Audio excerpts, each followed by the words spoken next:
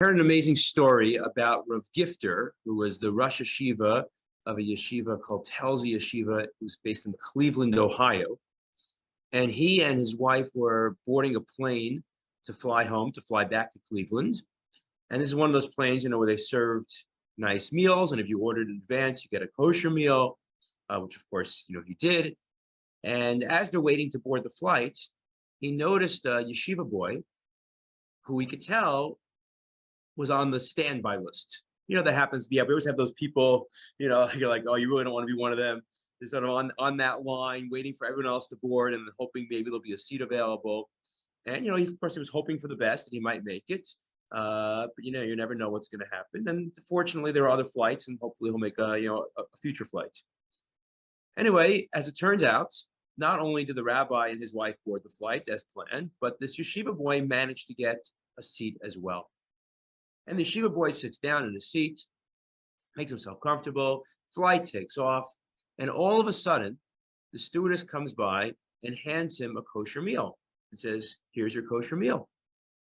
And he says, well, that's very kind of you, but this cannot be my kosher meal. I was only standby for this flight, so there's no way, you always need like 24 hours in advance to order these things. There's no way it could be mine, and probably belongs to someone else, and they're waiting for their kosher meal. So you're a very honest boy. And the stewardess said, you're right, but the rabbi over there, he told me to give you his meal. So that's why I'm bringing it to you. So the boy was not happy with that answer either. So he went marching over to the rabbi and said, Rabbi, I can't take your meal. Please, it's for you. I'll be okay. I some snacks. And Rabbi said, look, I'm going traveling with my wife. No matter how late we get home, I know I'm going to get dinner tonight. But by the time you get back to your yeshiva, the dining room is going to be closed. The kitchen is going to be closed. You're probably going to be hungry, and you may not have dinner tonight. So please take this meal so you could eat well and I could sleep well knowing that you ate.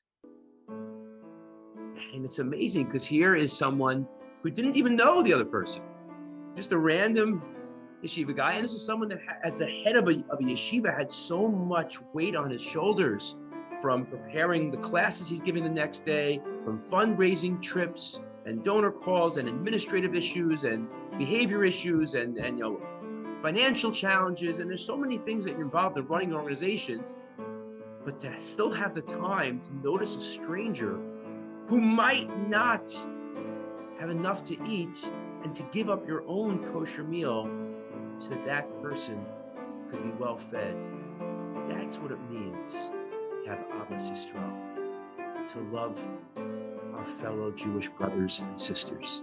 And that's really what we're looking for during these 9 days, during this time period. And my blessing to all of us is, number one, that we should have people that treat us that way. That we should be blessed to have people that notice us in our times of need, to reach out to us, to be there for us, to help us, because often we face those times, and it's good to have that guardian angel who's there. But number two, we should look for opportunities to become that guardian angel ourselves, because there are always others who have needs. And again, I know we've got busy lives and busy schedules and deadlines and pressure, and there's so much on our minds.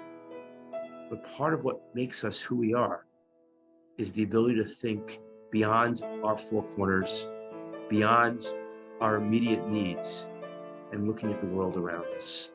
So may we be blessed to both have others that love us and to have the capacity to genuinely love and care for other people as well.